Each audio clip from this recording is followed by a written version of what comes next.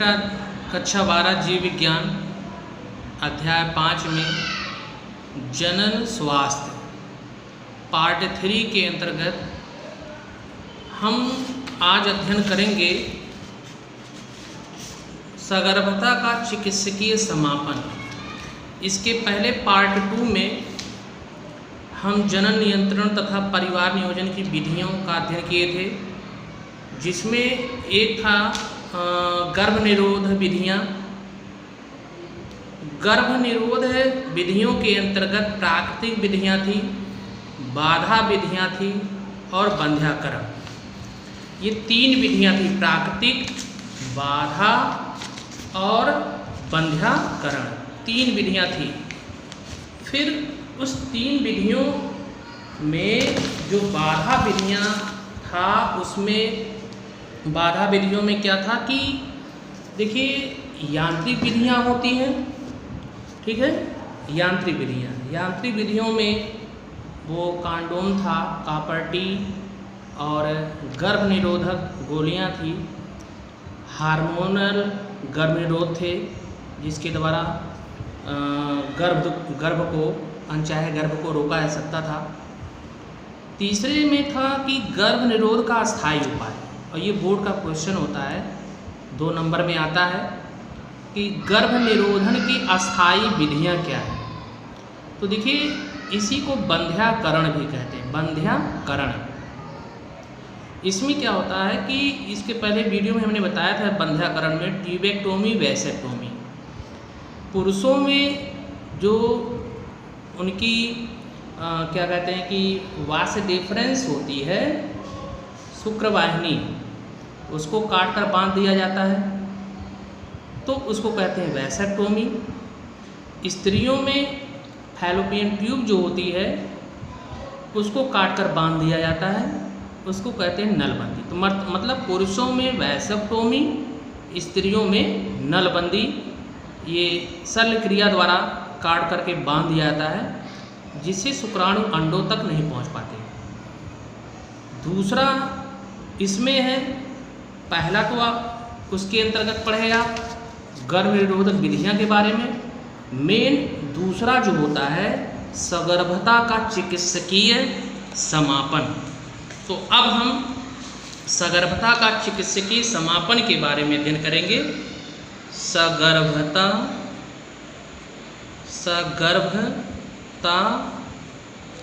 का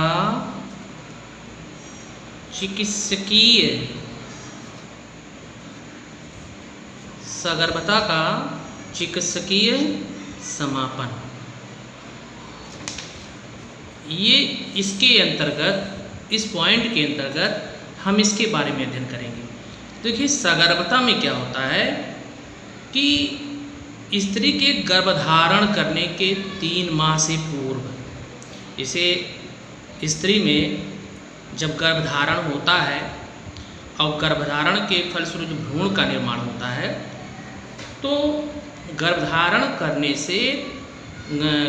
करने के 3 माह से पूर्व के भ्रूण को गिरा दिया जाता है, एबॉर्शन करा दिया जाता है। अगर अनचाहा बच्चा है तो उसके लिए एबॉर्शन किया जाता है। तो एबॉर्शन 3 माह से पूर्व ही हो सकता है। इसके बाद जो होती है उसमें स्त्री को खतरा रहता है। तो अब यहाँ पर क्या है कि इसकी मान्यता भी सर्व शासन द्वारा मिल चुकी है। तो इसमें जो गर्भपात होता है, वो गर्भपात जो होता है केवल योग्य चिकित्सक से ही कराना उचित होता है। ऐसा ना करने पर क्या होता है कि उसके जीवन को खतरा रहता है, क्योंकि 3 माह के बाद जो भ्रूण होता है वह स्त्री के जो एंडोमेट्रियम होता है और मीसोमेट्रियम होता है, इनसे जुड़ जाता है, अर्थात उसका रोपण हो चुका होता है। तो इस तरीके से गर्भाशय यूट्रस को भी नुकसान पहुंच सकता है। तो इसमें क्या होता है कि एक तो ये हो गया कि अगर अनचाहा बच्चा है तो 3 माह से पूर्व भी उसका गर्भपात कराया जा सकता है, और अगर गर्भपात बार बार कराया जाता है तो इसके कारण स्त्री का स्वास्थ्य भी क्या होता है, कमज़ोर हो जाता है। इसलिए इस क्रिया को अच्छे चिकित्सक के द्वारा ही करानी चाहिए। अब देखिए इसमें क्या है कि मनुष्य के लिए क्या होता है कि यह आवश्यक होता है कि वह अपनी जनसंख्या को और अधिक बढ़ने से रोके। जैसा कि हमने जनसंख्या विस्फोट पीछे टॉपिक में पढ़ा हुआ है, तो इस ज्योति विधि द्वारा क्या होता है कि जनसंख्या को नियंत्रित भी किया जा सकता है, लेकिन ये क्रिया बार बार नहीं की जा सकती। तो अब इसमें क्या होता है कि जब हम उनको बढ़ने से रोकेंगे, उस उपाय को करेंगे, तो उससे क्या होता है कि जो कार्य होता है, पौष्टिक भोजन होती है, आवास एवं शिक्षा होता है, इसके अवसर भी प्राप्त हो सकते हैं, उपलब्ध हो सकते हैं। अधिक जनसंख्या रहेगी तो ये अवसर नहीं पाएंगे, लेकिन कम अगर रहेगा इन सब अवसर को हम सुगमता से प्राप्त कर सकते हैं। तो एक हो गया सगर्भता का चिकित्सकीय समापन, कि चिकित्सा के द्वारा जो होता है सगर्भता को हम ख़त्म कर सकते हैं। दूसरा होता है सरोगेट माँ। बेटा बहुत इम्पॉर्टेंट है ये, तो हम यहाँ लिख देते हैं। ये नंबर 2 था मेन। अब नंबर 3 जो होता है सरोगेट माँ। सरोगेट माँ ये इम्पॉर्टेंट है। सरोगेट माँ पूछा भी जाता है बोर्ड के क्वेश्चन में। सरोगेट माँ से आप क्या समझते हैं? तो देखिए सरोगेट माँ से ये है, तात्पर्य है कि अगर कोई स्त्री गर्भधारण में समर्थ नहीं है तो उसको इन विट्रो फर्टिलाइजेशन तकनीक द्वारा, है ना, उसका क्या होता है कि एम्ब्रियो वो ट्रांसफ़र करके किसी दूसरी स्त्री के गर्भाशय में क्या होता है निक्षेपित कर दिया जाता है, जहाँ भ्रूण का परिवर्धन पूरा होता है। तो ऐसी स्त्री जिसमें किसी दूसरी स्त्री के भ्रूण का विकास कराया जाता है, ऐसी स्त्री जिसमें किसी दूसरी स्त्री के भ्रूण का विकास कराया जाता है, उसे सरोगेट माँ कहते हैं। तो आप समझ गए होंगे कि ऐसी स्त्री हम लिख देते हैं, बहुत इम्पॉर्टेंट है ये, ऐसी स्त्री जिसमें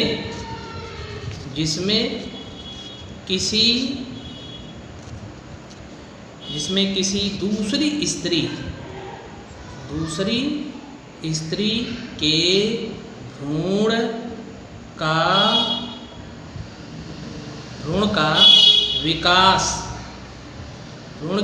के भ्रूण का विकास कराया जाता है,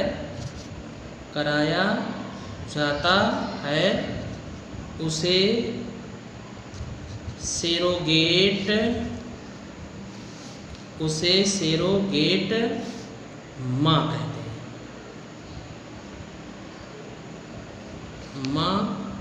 कहते हैं। तो हमने कहा कि एक ऐसी स्त्री हो जिसका भ्रूण मतलब उसके पुरुष का शुक्राणु और माता का अंडाणु दोनों का बाहर संवर्धन कराया जाता है। तो जब द्वितीयक भ्रूण हो जाती है तो उसको किसी दूसरी स्त्री के गर्भ में प्रत्यारोपित करा दिया जाता है, और फिर वह स्त्री जो होती है उस शिशु को जन्म देती है। तो जो दूसरी स्त्री शिशु को जन्म देती है वो सरोगेट माँ कहलाती है। ठीक है, तो यह क्रिया जो होती है वो कैसे होता है कि इन विट्रो फर्टिलाइजेशन द्वारा, इन विट्रो फर्टिलाइजेशन द्वारा एम्ब्रियो को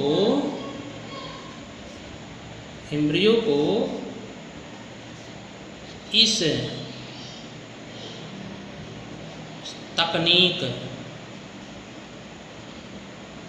तकनीक द्वारा, तो क्या लिखा, इन विट्रो फर्टिलाइजेशन द्वारा एम्ब्रियो को इस तकनीक की सहायता से किसी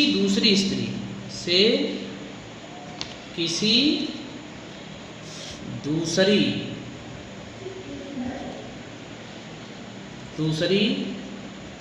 स्त्री। तो अब यहाँ पर ये हो गया कि इन विट्रो तकनीक द्वारा किसी दूसरी स्त्री के गर्भाशय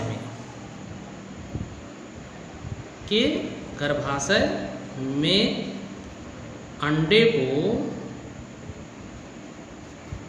प्रत्यारोपित कर देते हैं, प्रत्यारोपित कर देते हैं।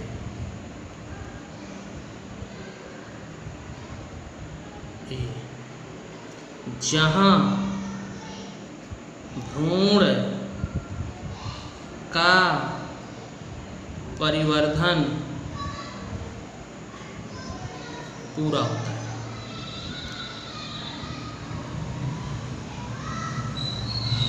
जहाँ भ्रूण का परिवर्धन क्या होता है? पूरा होता है।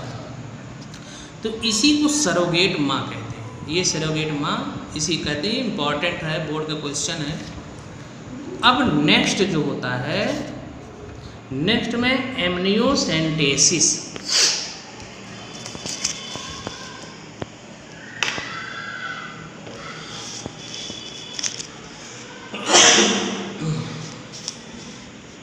तीसरा होता है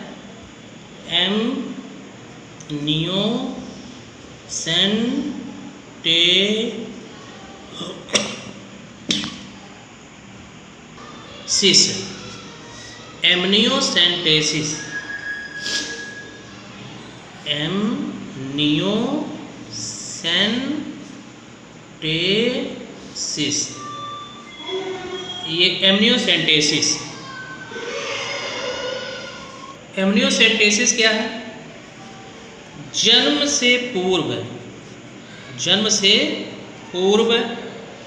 गर्भ के रोग निदान को एमनियोसेंटेसिस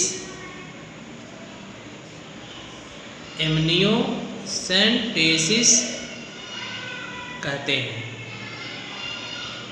ठीक है, जन्म से पूर्व गर्भ के रोग निदान को क्या कहते हैं? एमनियोसेंटेसिस कहते हैं। अब गर्भ में जो होता है तरल द्रव होता है। कौन द्रव होता है? एमनियोटिक द्रव। तो गर्भ जो होता है वो एमनियोटिक द्रव में तैरता रहता है। समझ में आ रहा है? गर्भ जो है, गर्भ एमनियोटिक फ्लूइड द्रव में तैरता रहता है। तो जब गर्भ एमनियोटिक फ्लूइड में तैरता रहता है तो इंजेक्शन की सहायता से माता के गर्भ में से इस द्रव का सैंपल लिया जाता है। इंजेक्शन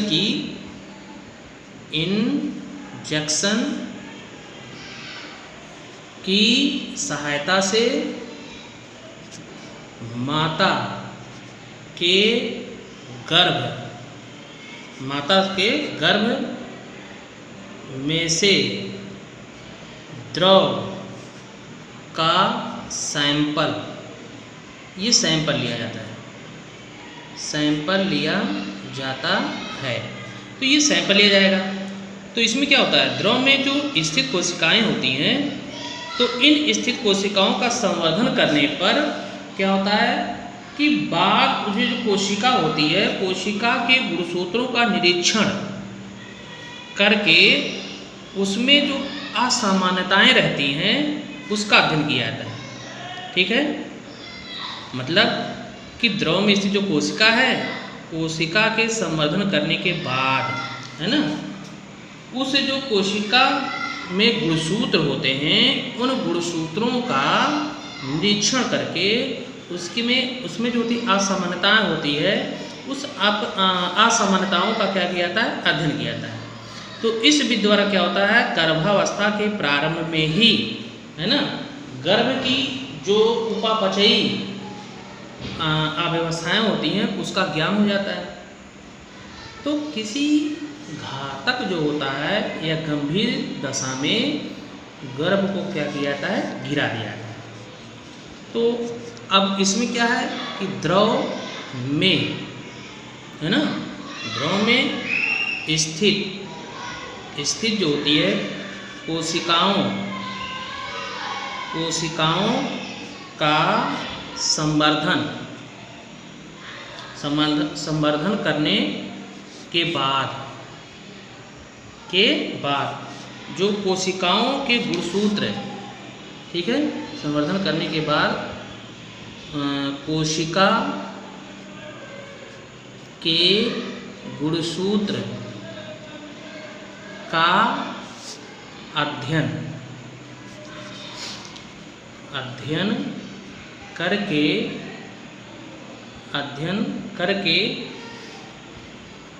क्या करते हैं, गुणसूत्र का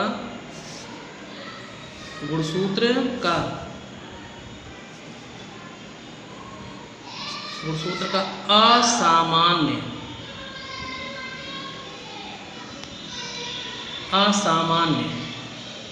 है ना, असामान्यताओं मतलब द्रव में स्थित कोशिकाओं का संवर्धन करने के बाद कोशिका के गुणसूत्र का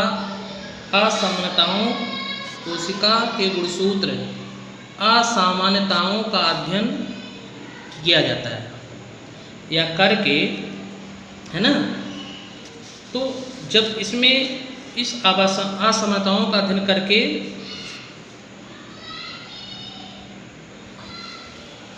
क्या किया था कि देखिए, कोशिकाओं का संवर्धन करने के बाद कोशिका के गुणसूत्र असमानताओं का अध्ययन किया जाता है, ठीक, किया जाता है। तो इसके बाद क्या होता है, तो इस विधि द्वारा क्या है, इस विधि द्वारा गर्भावस्था में ही, है ना, क्या है कि गर्भ की उपापचयी क्रियाओं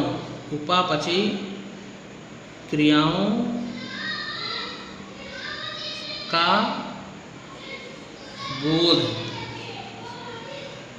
या ज्ञान हो जाता है। तो अगर इस उपापचयी क्रियाओं में अगर ज्ञान हो जाता है कि या किसी गंभीर बीमारी या गंभीर अवस्था है, तो उस दशा में क्या होता है कि गर्भ को गिरा दिया। तो इसमें किसी घातक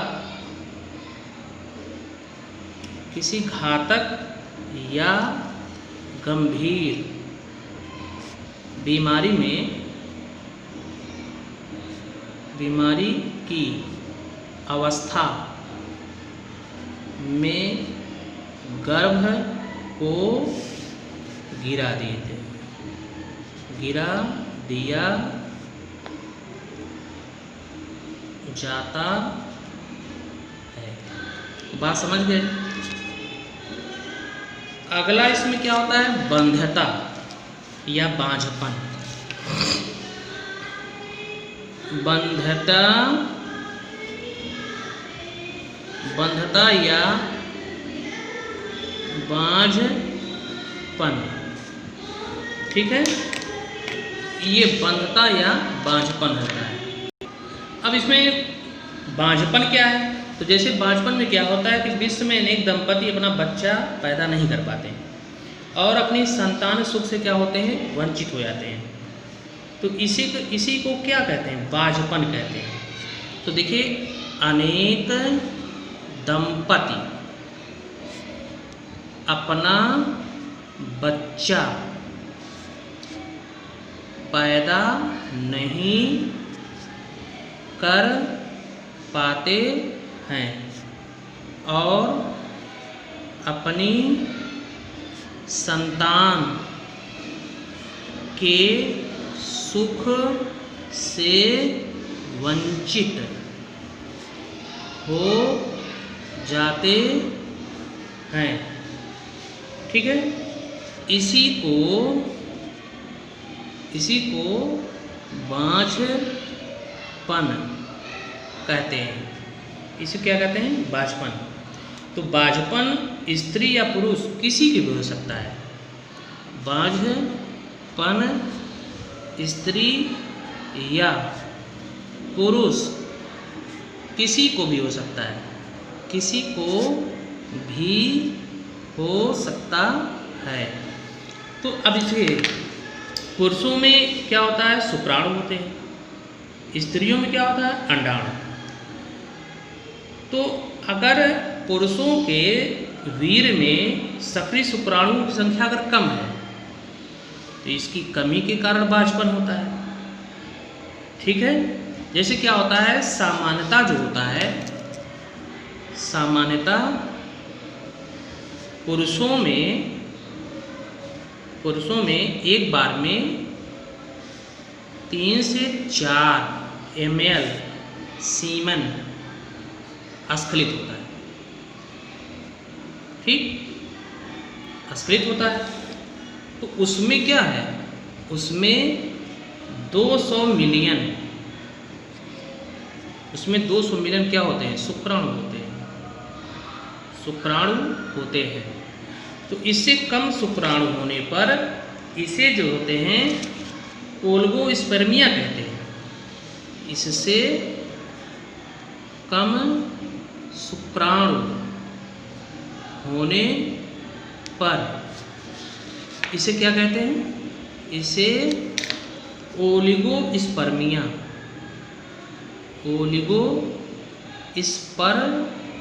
कहते हैं। तो ये ओलिगोस्पर्मिया इसे कहते हैं। तो इसके कारण क्या होता है कि गर्भधारण नहीं हो पाता है। ठीक है, इसके कारण गर्भधारण नहीं हो पाता है। जबकि स्त्रियों में क्या है? स्त्रियों में जो होता है बाझपन के कई कारण होते हैं। ठीक है, स्त्रियों में बाझपन के कई कारण होते हैं। तो स्त्रियों में कौन कौन से कारण हैं? स्त्रियों में बाझपन के कारण, देखिए स्त्रियों में बाझपन के कई कारण, पुरुषों में तो एक होता है शुक्राणु होते हैं, लेकिन स्त्रियों में कई कारण होता है। नंबर 1 होता है अनियमित अंडोत्सर्ग। अनियमित अंडोत्सर्ग मतलब अगर अनियमित अंडोत्सर्ग हो रहा है तो इसका एक कारण बना। दूसरा जो होता है कि जनन पथ में अवरोध, जनन पथ में अवरोध। ठीक। तीसरा होता है गर्भाशय के सर्विक्स में दोष, गर्भाशय के सर्विक्स में दोष। ठीक। और फिर चौथा जो होता है फैलोपियन नलिका की संरचना में त्रुटि। जैसे क्या होता है, फैलोपियन नलिकाएं 2 होती है दाएं बाएं, और दोनों नलिकाएं अगर चिपक जाती हैं तो जिसके कारण शुक्राणु अंडाणुओं तक पहुंच नहीं पाते, ये होता है। फिर इसमें होता है कि भ्रूण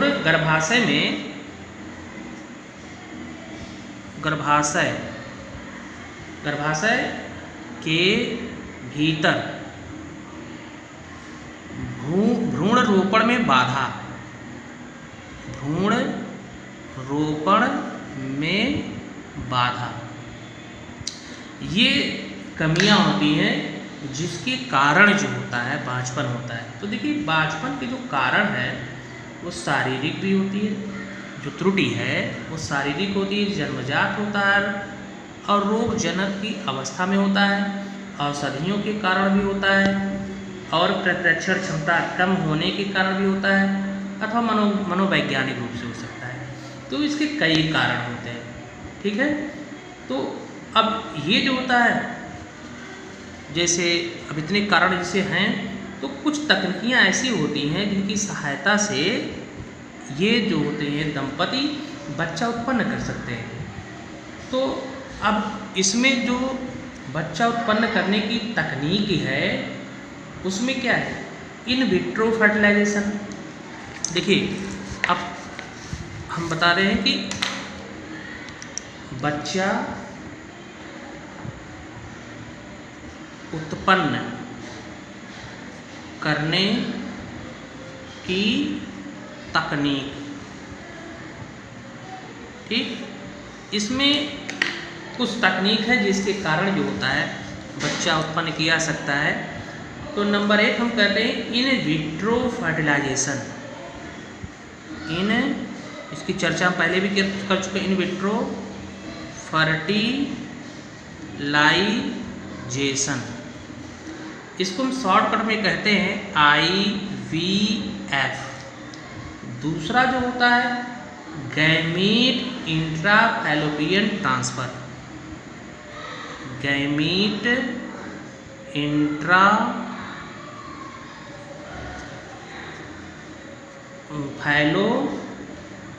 फैलोपियन ट्रांसफर, ये ठीक है। इसको शॉर्टकट में कहते हैं GIFT, ठीक। तीसरा जो होता है zygote intra fallopian transfer. Zygote intra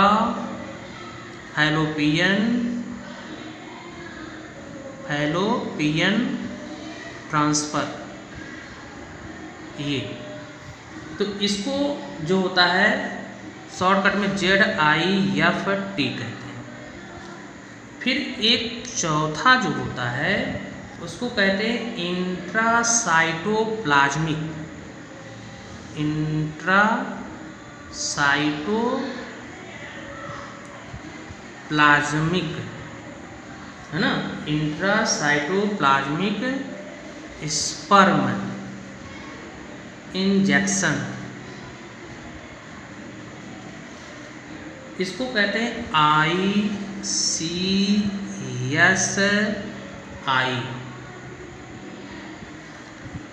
पांचवा जो लास्ट होता है उसको कहते हैं आर्टिफिशियल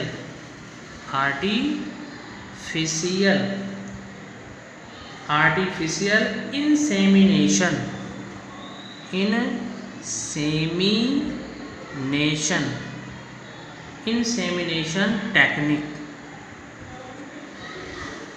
ठीक है। टेक्निक TECH टेक्निक, ये इसको कहते हैं AIT।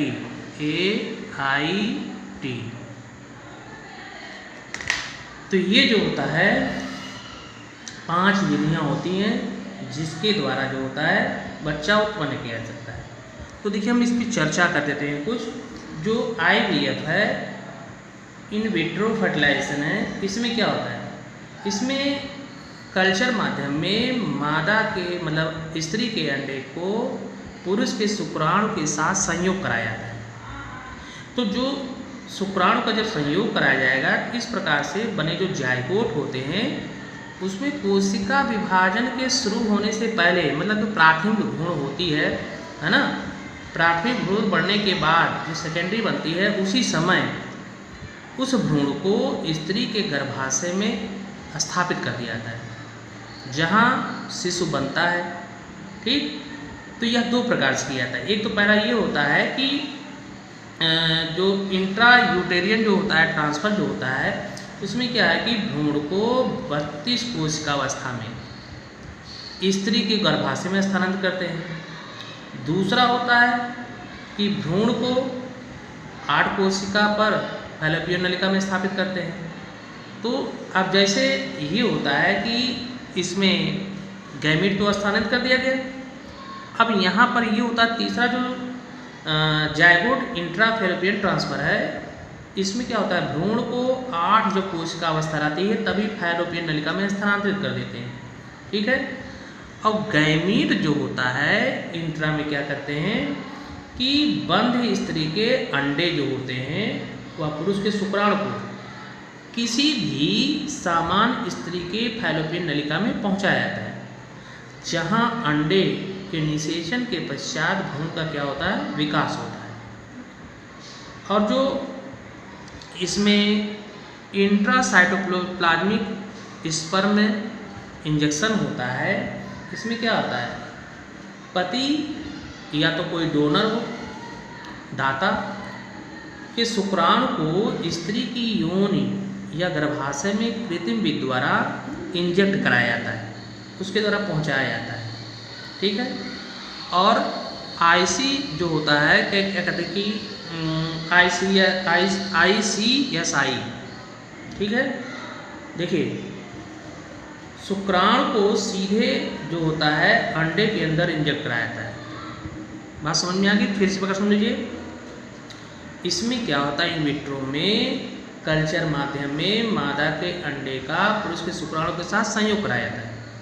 तो जो जायगोट कोशिका बनती है विभाजन से पूर्व ही स्त्री के गर्भाशय में स्थापित कराया जाता है, जहाँ पे शिशु बनता है। दूसरा है गैमीट, ठीक है, गिफ्ट जिसे कह सकते हैं। तो इसमें क्या होता है कि बंध स्त्री के अंडे व पुरुष के शुक्राणुओं को, बंध स्त्री के अंडे व पुरुष के शुक्राणुओं को एक किसी भी सामान्य स्त्री के फैलोपियन नलिका में पहुंचाया जाता है, जहां पर निषेचन के पश्चात भ्रूण का विकास होता है। ठीक। अब ZIFT में क्या होता है कि इसमें भ्रूण को 8 कोशिका, कै कोशिका, 8, ये 8 सेल होते हैं। 8 सेल को वाली अवस्था में फैलोपियन नलिका में स्थानांतरित करते हैं। ठीक। अब जो इसमें ICSI है, इसमें क्या होता है कि शुक्राणु को सीधे अंडे के अंदर इंजेक्ट किया जाता है। शुक्राणु को सीधे अंडे के अंदर क्या किया जाता है, इंजेक्ट किया जाता है, प्रवेश कराया जाता है। और AIT में क्या होता है कि डोनर मतलब पति के शुक्राणुओं को स्त्री की गर्भाशय में कृत्रिम विधि द्वारा, कृत्रिम विधि से या इंजेक्शन द्वारा, कृत्रिम विधि या इंजेक्शन द्वारा पहुंचाते हैं। तो ये विधियां होती हैं। ठीक है। अब इसमें हम अध्ययन करेंगे अगला टेस्ट ट्यूब बेबी।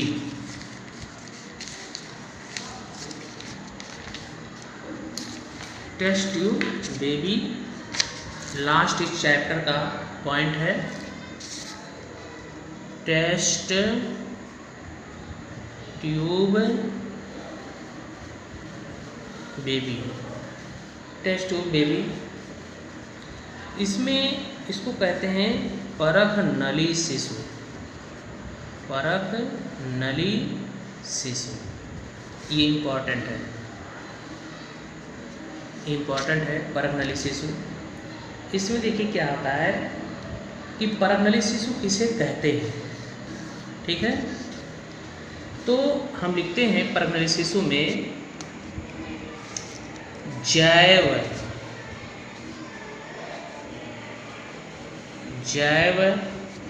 तकनीक, जैव तकनीक के प्रयोग, जैव तकनीक के प्रयोग से पैदा हुए बच्चों को टेस्ट ट्यूब बेबी कहते हैं। टेस्ट ट्यूब बेबी, बेबी कहते हैं। ठीक है। अब इसमें क्या है कि जिन स्त्रियों के गर्भ नहीं ठहरता, उन स्त्रियों के अंडाणु को बाहर निकाल लिया जाता है और फिर उस अंडाणु को उसके पति के शुक्राणु से निषेचन कराया जाता है। तो निषेचन जो होता है के बाद जो निषेचित अंडे होते हैं उसकी 32 कोष की अवस्था के बाद माता के गर्भाशय में क्या कर दिया जाता है, रोपण कर दिया जाता है।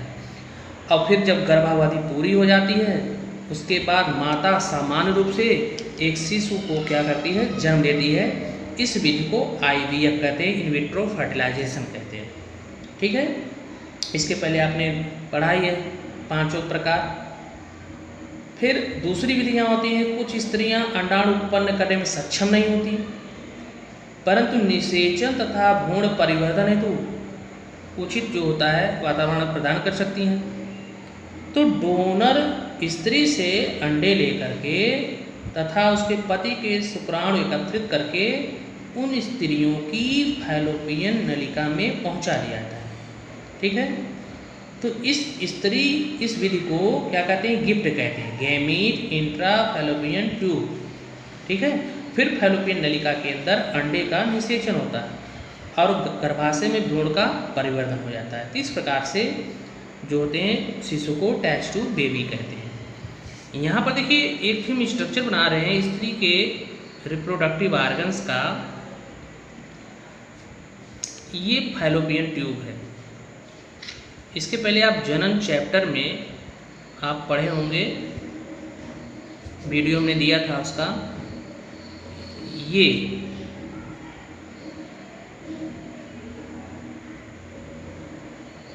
देखिए जो सर्विक्स हम बार बार हम चर्चा कर रहे हैं, जो ये संकुचित जो भाग है, छोटा सकरा भाग है, इसी को सर्विक्स कहते हैं या योनि कहते हैं। ये अंडवाहिनी होती है, ओविडक्ट होता है। ये होता है फैलोपियन ट्यूब होता है, फैलोपियन ट्यूब। ठीक, इसको कहते हैं आस्कुलर फ्रेंज कहते हैं, मुखीय झालर कहते हैं। ये होता है इसका वैजाइना। ठीक, ये होता है यूरेथ्रा, मूत्र मार्ग। और ये भाग जो होता है इसको कहते हैं यूट्रस कहते हैं, यूटेरस ये भाग। तो जब शुक्राणु जो होता है, अब देखिए यही भाग फैलोपियन स्त्री जो होती है ना, प्राकृतिक रूप से अगर ये चिपक जाता है दोनों, तो शुक्राणु ये फैलोपियन नलिका तक नहीं पहुंच पाता। एक चीज़ आप जानिए कि जो ये नीट का क्वेश्चन होता है कि शुक्राणुओं और अंडाणुओं का निषेचन किस स्थान पर होता है, तो शुक्राणुओं तथा अंडाणुओं का निषेचन फैलोपियन नलिका में होता है, ये फैलोपियन ट्यूब में होता है। कारण ये मैच्योर अंडाणु होता है, जब परिपक्व हो जाता है तो ये फैलोपियन ट्यूब का जो सिरा होता है कीपनुमा, इसे आस्कुलर फ्रिंज कहते हैं, मुखी झालर कहते हैं, इसको कैप्चर कर लेता है। अंडाणु यहाँ पे आ गया। अब जब अंडाणु यहाँ पर आ जाता है तो ये 24 घंटे इंतजार करता है। अगर 24 घंटे तक इसका निषेचन नहीं हुआ तो ये डेड हो जाता है। ठीक है, और डेड होने के पश्चात धीरे धीरे आकर के ये इस गर्भाशय की दीवार से लग जाता है, तो जिसके चारों तरफ फिर लेयर बन जाती है, ये लेयर बन गया, पतली सी झिल्ली बन जाती है। और फिर 28वें दिन यही अपशिष्ट पदार्थ है ना, ये मेंस्ट्रुअल साइकिल के रूप में, रजोधर्म के रूप में ये बाहर निकलता है। और नहीं तो अब इसमें निषेचन की जैसे बात है, तो यहाँ पर स्पर्म में वेजाइना के द्वारा अंदर प्रवेश किया, ये फैलोपियन ट्यूब नलिका में पहुँचा। तो नलिका में पहुँचता है तो ये स्पर्म फिर यहाँ आ जाएगा। अब ये ओवा जो होती है यहाँ खिसकेगी और इसी स्थान पर इसका निषेचन होगा, फर्टिलाइजेशन होगा। तो फर्टिलाइजेशन कहाँ हो रहा है, फैलोपियन ट्यूब नलिका में हो रहा है। बात समझ में आई? तो ऐसे में जिस दंपति की प्राकृतिक रूप से ये फैलोपियन नलिकाएँ चिपकी रहती हैं, उनमें संतान उत्पन्न करने की क्षमता नहीं रह जाती। ऐसे में सरोगेट माँ का लिया जाता है। दूसरी चीज़ इसमें है कि जो स्त्री अंडाणु उत्पन्न करने में सक्षम नहीं होती हैं, उसको क्या करता है कि गैमीट को लेकर के स्त्री, जैसे स्त्री का अंडाणु है और पुरुष का शुक्राणु, एकत्रित करके उन स्त्री के फैलोपियन नलिका में पहुंचा दिया, जहाँ पर क्या होता है निषेचन। और निषेचन के बाद जो द्वितीयक जो भ्रूण बनता है वो धीरे धीरे खिसकता हुआ गर्भाशय की एंडोमेट्रियम दीवार से लग जाता है और फिर यहीं पर भ्रूण में परिवर्धन होता है और यही शिशु के रूप में निर्मित होता है जिसको माता जन्म देती है। ठीक है, धन्यवाद। ये चैप्टर बेटा पूरा हो गया। अब हम नेक्स्ट चैप्टर के लिए आगे वीडियो में देखेंगे। धन्यवाद।